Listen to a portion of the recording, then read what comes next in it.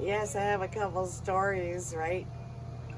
Susie, Lynn, and I live in East Van on 11th and Commercial, and we used to have Biltmore parties. So after the Biltmore, the whole bar would come over to our house, and we had the Biltmore bouncers bouncing at the front door.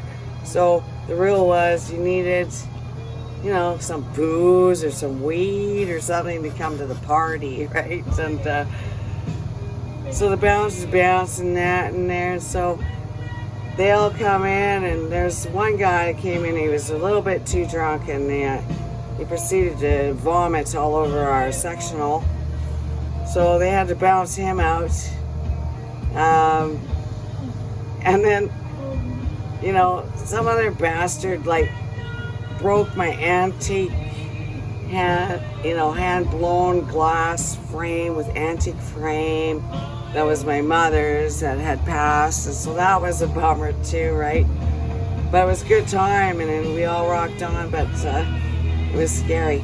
And then I have one other story. East Van is I was working in a restaurant, so we brought this chef over. He was a really awesome chef. So he had these prawns, right? The full prawn with the head and tentacles and everything.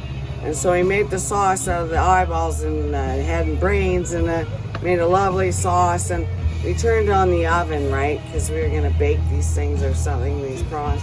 And so the pilot wasn't lit on the oven. So as the oven is filling full of gas, we're sauteing these things to make this wonderful sauce out of the heads of the prawn, and he was putting on quite a show and that, and then all of a sudden the oven filled with so much gas, and the element was on, that the oven door went wham, and it sent a 7-foot flame, and there's 3 of us now launching for the doorway to get out of this kitchen, because the flame it came out 6-7 feet.